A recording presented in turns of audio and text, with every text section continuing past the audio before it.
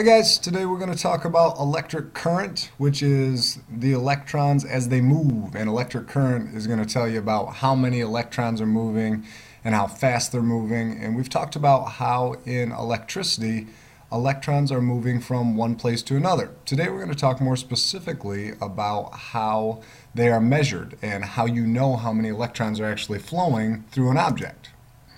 So it's electrons on the move, that's what your electric current is. It's the flow of electric charges. So that lets you know how many electrons are flowing through a given area. Number of protons and electrons in a wire remains balanced. You always have the same number of protons and electrons in a wire. The only difference is as soon as an electron leaves a wire and goes into, let's say, your television, a new electron comes in from your outlet and comes into the wire. So even though it might seem like, well, I'm losing an electron into the TV, you're gaining an electron on the other end of the wire from your outlet, and so the number of electrons stays the same. The number of protons always stays the same because remember, those don't move. When we're talking about how many electrons are moving or how fast they're moving, that's the electric current, and that's measured in amperes. So if you're talking about something flowing at a certain speed, you could say it has a speed or a electric current of 5 amperes. So that's kind of your SI unit that we've talked about, where you name the units that go with current. It's the ampere, and it's with the symbol A is how it's abbreviated. So in an electric circuit, you have these electrons flowing from one end of a battery to another. Now, if you look at a battery, you've got two different terminals. You have a positive terminal and a negative terminal. And the negative terminal is where you're going to have your surplus of electrons, hence the negative charge. And a positive terminal is where you have your surplus of protons, because electrons have left. So in an electric circuit, you have a closed path through which electric charges can flow. So what happens is these electrons go from one side of a battery, they pass all the way through the wire, they go up through those light bulbs, and they go back to the other side of the battery. Now, if any place in this circuit is not connected, the electrons don't flow. So let's say you disconnected one of those wires that's attached to the battery. The light bulbs would burn out because they wouldn't have electrons flowing through them. So it has to be a closed circuit. In other words, there can't be any openings for the electrons to go from one side of the battery and around to the other. If there's any break, it's not going to work.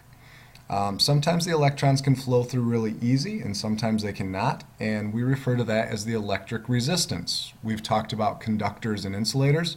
Conductors have a very low level of resistance. They let electrons flow through very quickly, and that's why our metals are our best conductors. They have a very low level of resistance because electrons can zoom through those without meeting much blocking or anything like that.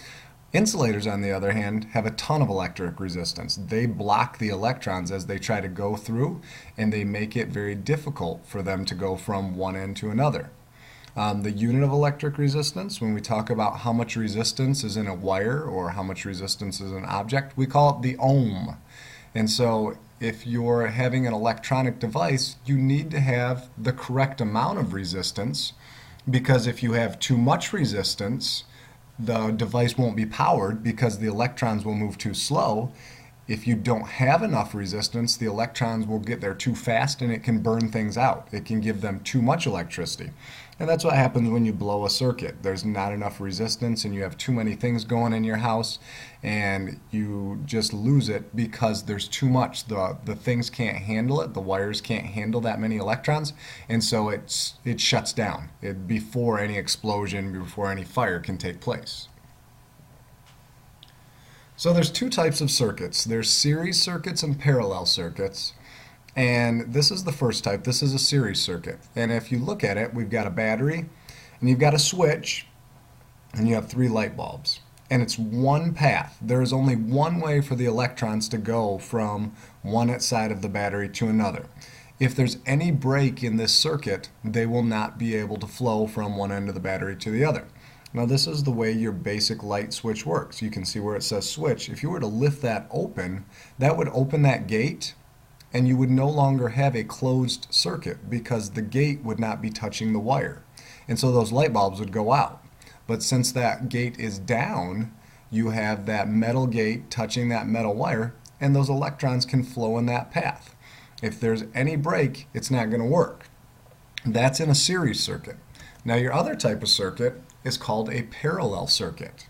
In a parallel circuit, there's more than one path for the current to flow.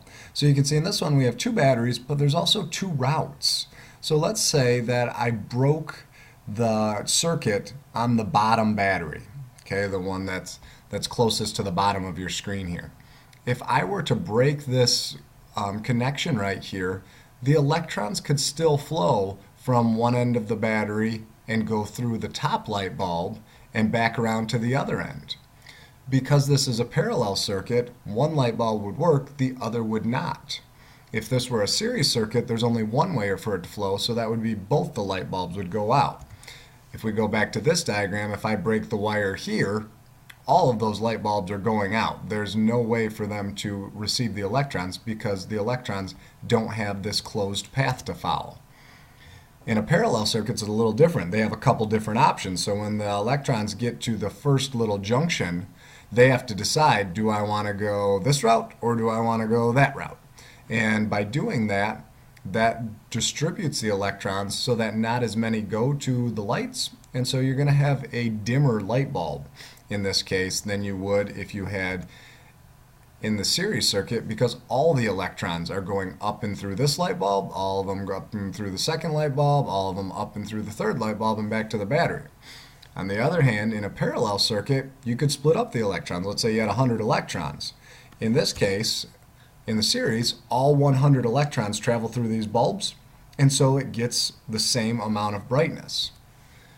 Down here, those 100 electrons get divided, and 50 go to the top light bulb and 50 go to the bottom. These two light bulbs would be dimmer than these light bulbs, even though they have the same amount of electrons going to it.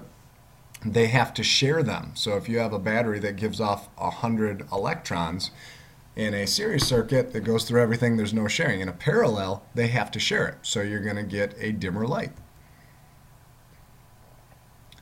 So when we're talking about how many electrons are actually coming through the circuit, we're talking about voltage. And you guys can see there's some different batteries here. And you've all heard of a 9-volt battery and maybe like a AA or a AAA, and then the big one's called the D cell. All of those have a different amount of voltage on their labels. And what that voltage tells you is how many electrons are flowing from one end of the battery to the other. And so if you want a lot of electrons, then you want to choose something with a really high voltage. If you want something that doesn't need a whole lot of energy to be powered, then you choose something with a lower voltage, like a AA battery, one of the smaller ones. So a 9-volt battery gives you a tremendous amount of energy. That's a lot of volts, but it won't last for very long. So that's why you might want to have them in a fire detector or a smoke alarm, because they create so many volts of energy that makes that sound when it goes beep, beep, beep, beep, beep. It's so loud because there's so many volts or so many electrons going through it. If you had a smoke detector that had a AA battery in it, when a fire happened, when there was smoke, it would beep at a very quiet level because there's not enough volts or there's not enough electrons to produce that sound energy. And so a battery transforms chemical energy, which is the chemical reaction inside of the battery, into electrical energy. And as soon as you place it into a device that requires that energy, it starts to activate, and the chemical reaction starts to take place, and it starts to send out electrons, and the electrons move down the wire and they go into the device that you need. And so that's why as your battery dies out, your devices don't work. So when we're talking about how much energy is in a circuit, we have to look at this thing called Ohm's law, and it's pretty basic. So voltage, this is the amount of electrons flowing through, is equal to the current times the resistance. Okay? So when you're thinking about your current, that's the flow of the electric charges, and the resistance is how many of those are getting stopped and how much they're blocked. That's going to give you your voltage, which is your energy that's put out by the circuit. So let's say that you have to find the current. If you know there's 12 volts and you know there's 3 ohms of resistance, you would know that something times 3 equals 12, and you could solve the current to be 4 amperes. So if I give you 2 of these, you should definitely be able to find the third. It's just a basic math problem where you're solving for the variable or the one that is missing. Okay, and this allows you to see how much energy is being put out by a circuit.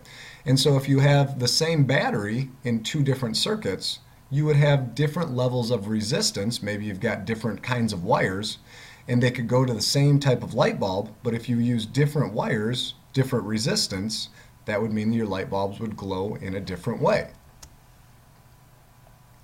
Now I talked about how when you're looking at the number of electrons in a wire, it always stays the same. Okay, so imagine this is your wire. And your wire, we're going to say, is going into a TV. We'll draw it like the old school TV. And on this end of the wire, this is your plug where you plug in to your outlet. And so in your wire, you have these protons, and you also have the electrons in the wire, but the number of them is always going to stay the same.